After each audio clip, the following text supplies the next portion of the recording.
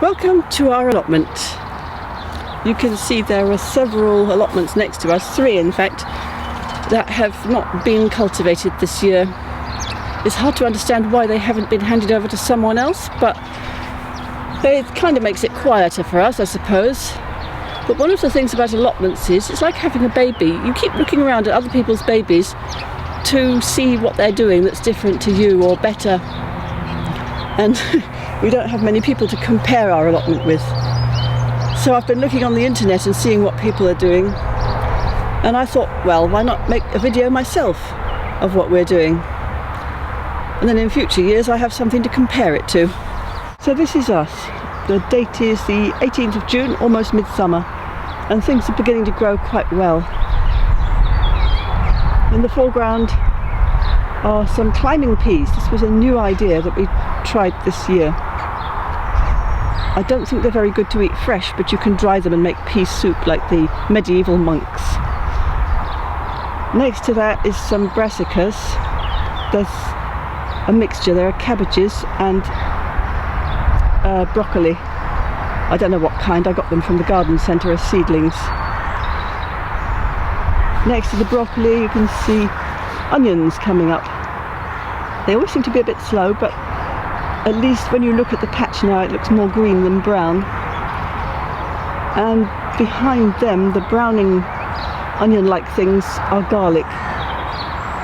In that corner between the climbing peas and the garlic, I've planted a little patch of sweet corn. One of them's been chewed up. There aren't very many in the first place. There's about 9 or 10. So I might have to go around and knock their heads together to get them fertilised. And on the teepee, those are climbing French beans. And this is a courgette, just starting to produce fruit, although not very big as a plant yet.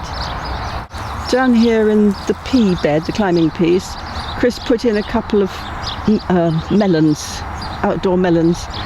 Although it's midsummer now, I suppose they have still got some time to grow. And they're also expected to climb up the wire.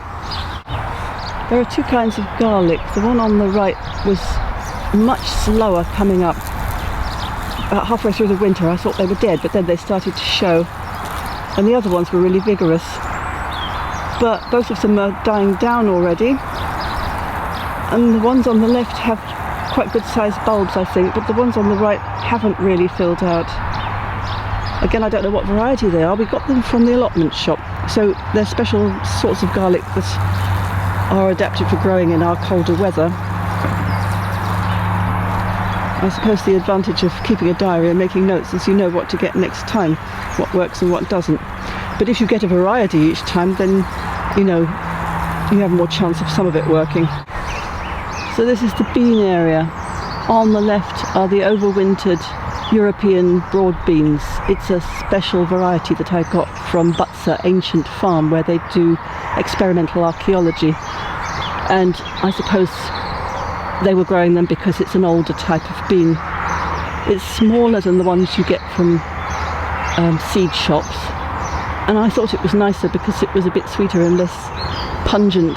The taste of broad beans is not that wonderful, I don't think, but anyway, they're growing okay. They did get blown by the wind in the winter. That net thing that's behind them, it was down during the winter, and the gale blew across and sort of devastated them a bit. Same as the garlic, I guess. So I think it's a good thing to have a windbreak. I got very enthusiastic about beans in the last couple of years because a few years ago I visited Rwanda, where I have a sponsored child, and I saw how they grow their food and how they live, and what they live on mainly seems to be beans and rice. And if large parts of the world are living on beans and rice, then I felt it would be good to try beans myself. There's a lot more than just the general standard varieties that you get traditionally here. These ones are mostly a cranberry bean that I got from an American heirloom seed catalogue. So they're small and red, a bit like kidney beans but smaller. And in the middle, between the 2 bamboo stands, they're a field bean, Beaker Brown. They're small and hard and shiny and a beautiful shade of brown. They're just so beautiful to handle. And then behind them is another bamboo stand, and that's got the traditional runner beans. But last year I picked out some of the runner beans that, well, what I did was I let them go to seed, quite a lot of them. I thought, I wonder what they're like as a dry bean, because we always just eat them green, and there's always so many, and they go on for such a long season.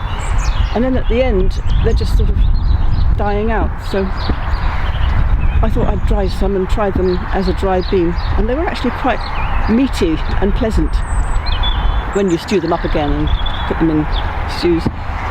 So I picked out the biggest ones. I thought, if I'm going to grow them for seeds, I'll see how they come out if I choose the fattest seeds from the crop. So I don't know if they're going to be any good as runner beans, but we'll see. And behind them, the rhubarb has really taken off. We only planted it there in the winter. I mean, it was where it was before, was the other end of the plot. It wasn't thriving at all. It was practically disappeared in the undergrowth. So it's really good that it's come back with such vigour. We've already had quite a lot of rhubarb crumble from it. So there it is, the splendid rhubarb. Oh, and look, the runner beans are just starting to flower. They may be a bit behind some people's runner beans, but I'm quite proud of the way they've all grown up. And there's some chard down there, which is self-seeded, and up there as well, the other end. I grew some rainbow chard last year, but it didn't come to very much, and I let it go to seed, and the seeds are all in the compost, which I put on the bean bed. So I thought I'd let some come up. If they want to come up, let them come up. 2 crops for the price of 1. So this is my seed bed. It looked like it was a real disaster for many weeks because nothing seemed to be coming up. I didn't water it that regularly, but I still expected things to come up. And we've got moles on the allotment, and all you could see was the mole holes. But now there's quite a respectable row of carrots there, and another one there. I transplanted some of them, put them in the middle, because when I sowed the seeds, they seemed to have come out all in clumps, so I had to dig up some of the clumps. And I understand you're not meant to transplant carrots, but I thought, why not? Shame to waste them, really.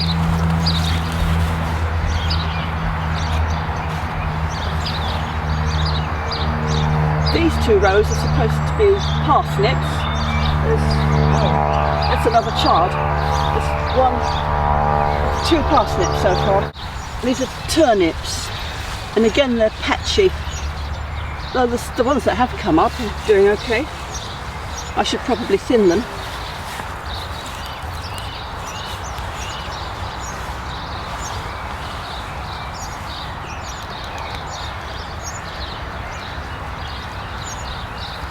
The thing about weeding is it never goes away. You still have to weed. We've covered this with a layer of mulch, green waste compost. Still you get the odd weed coming through.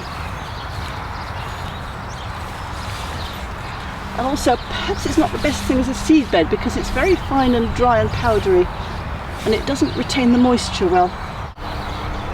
That feathery stuff next to the turnips is fennel. I thought it would be nice to grate in salads. It's coming up quite well. You can see the stems are thickening out into bulbs.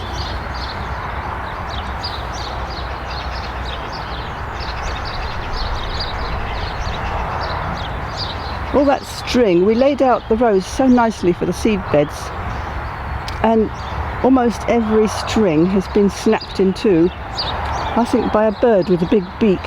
Maybe a crow? Maybe a pigeon, who knows? Strong big pigeons around here. Behind the fennel, another row of European broad beans.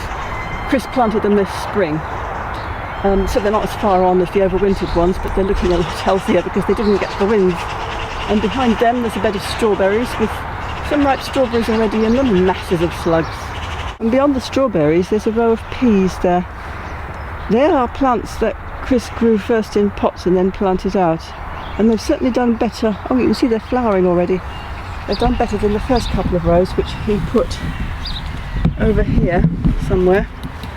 You can see the pea sticks, but there's not much coming up at the bottom because, of course, the pigeons get them before they grow.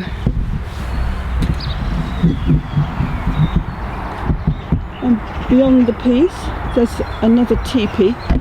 These are another climbing bean for drying. It's sort of brown and speckled, and I can't remember what it's called again. And behind that, the two brassica tunnels. On the left, we have cauliflowers, and on the right, we have more broccoli, calabres, and cabbages. The cabbages are filling the tunnel, and I think the broccoli is pushing its way out there.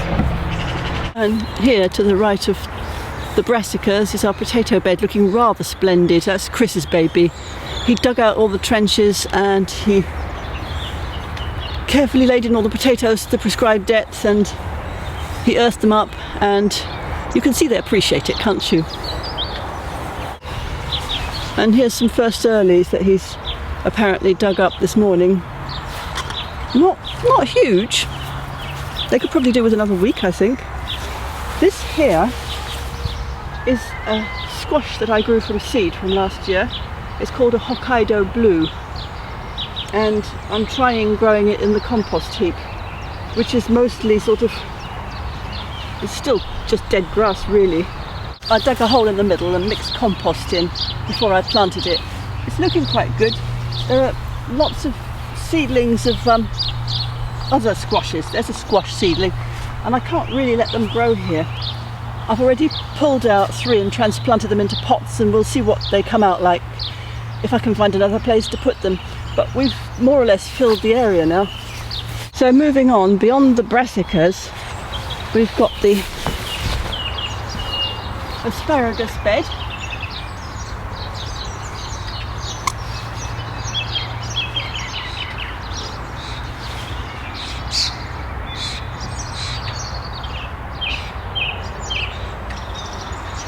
The asparagus bed is full of asparagus beetles. Sorry, asparagus beetles. So there's my little leeks and the field beans, a couple of rows of those, and then the baby corns behind them. Swivelling round, there's our shed. This is the soft fruit cage, which is burgeoning. There's gooseberries in the front and josti berries at the back. And in front of that, on the sort of more or less southern side, is another bed of strawberries. The area behind this, between the soft fruit and the fence, was just a mess of old brambles and bed springs and things. We were advised by the allotment lady to leave it as brambles so that the kids wouldn't be climbing over to fetch their footballs, because there's a playground beyond there and they play football. But of course it never stopped them. If your football goes over the fence, you're going to get it, aren't you? And also we've run out of space, so we decided to dig up the bramble roots, which is quite hard work, and I've created a little forest garden area there. So this is a plum tree that's been in a few years. The variety is Warwickshire Drooper. I do remember that because it's such a funny name. It's doing quite well after its difficult start when the wind scraped some bits of scrap wood up and down its trunk. But you can see it's healed up quite well. And next to that we have the recently cultivated patch. I've got yet more beans. They're a black variety like Cobra, something like that, climbing bean. And on either side of the beans are the blue Hokkaido squashes, the other 2 plants that I've planted. And then on this side, it's another plum tree just planted this spring. Here's Chris pruning the josti berries. Well, you can see how much growth they've put on in somewhere between 6 and 8 weeks. And this thing's a thug. It's climbing outside the fruit cage. Yeah, fruit cage wasn't big enough. The fruit actually grows on last year's wood. You see the berries forming there.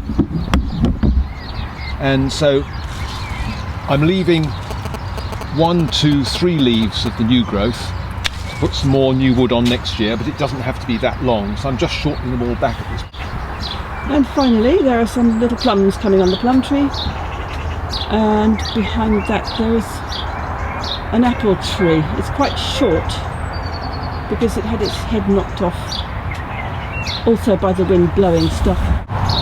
But it has got lots of apples, so let's hope they're nice ones.